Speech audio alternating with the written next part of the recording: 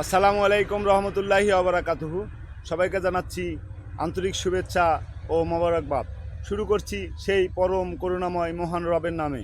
শুকুর আলহামদুলিল্লাহ। ইয়া রহমান রাহিম, ইয়া রহমান রাহিম, ইয়া সামাদু, ইয়া মালেকু, ইয়া খালেকু। প্রশংসা শেষে আমি সেই মহান নবীর নামে দরুদ পড়তে চাই। সকলে বলবেন সাল্লাল্লাহু সাল্লাম।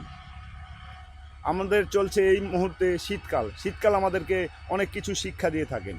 শীতকাল বলতে আমরা কি বুঝি? শীতকাল বলতে বুঝি শুধু আমাদের প্রচুর পরিমাণে শীত লাগে, কুয়াশায় আচ্ছন্ন হয় এবং মানুষকে বিভিন্ন ধরনের বিভ্রান্তির ভিতরে পড়ে, যে সে মোটা কাপড় পরবে না গরম কাপড় পরবে না পাতলা কাপড় পরবে, অনেকে গোসলও করে না কো।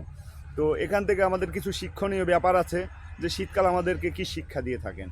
শীতকাল আমাদেরকে শিক্ষা দিয়ে থাকেন যে আমরা মোটা জামা কাপড় পরিধান করব। এখানে সবচাইতে ইম্পর্টেন্ট ব্যাপারটা হলো কি জানেন? যে মানুষকে অশ্লীল জামা থেকে বিরত রাখে। যেই মেয়েগুলা অশ্লীল অশ্লীল জামা পরে শীতকালে কিন্তু সেটা আর করতে পারে না। অবশ্যই এই জন্য আমার শীতের ঋতুটা অনেক পছন্দের।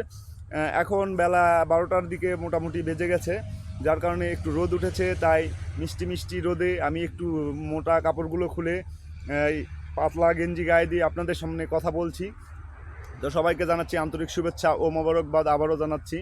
এই কারণে জানাচ্ছি, সেই মহান রাব্বুল আলামিন আপনাদের সামনে কথা বলার তৌফিক দান করেছেন এবং আপনাদেরকে শোনার তৌফিক দান করেছেন। আমি আপনাদের সকলের জীবনের সুন্দর কামনা করছি সেই মহান রবের কাছে। ইয়া রাব্বুল আলামিন, আপনি সবার মনের আশা পূরণ করে দেন।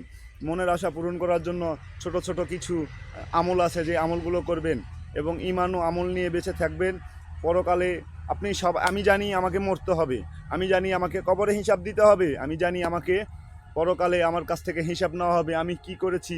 আমি কি আপনাদের কাছে খারাপ কাজ করেছি, না আপনাদের সঙ্গে ভালো ব্যবহার করেছি? আপনাদের কাছে কি ইসলামের দাওয়াত নিয়ে গেছি, না বলেছি না বলিনি? এগুলো সব হিসাব দিতে হবে। আমার তো খুব ভয় লাগে, আপনাদের কি লাগে জানি না। পরকালে আমাকে পুঙ্খানো হিসাব দিতে হবে। একজনের লারা চুরি করেছি, একজনের খ্যার চুরি করেছি, একজনের ধান চুরি করেছি, এসব কিছু থেকেই বিরত থাকতে হবে। আপনারা সবাই সাবধানে থাকবেন। সব কিছুরই কিন্তু হিসাব দিতে হবে, আমাকে মরতে হবে, এটা সবাই জানে।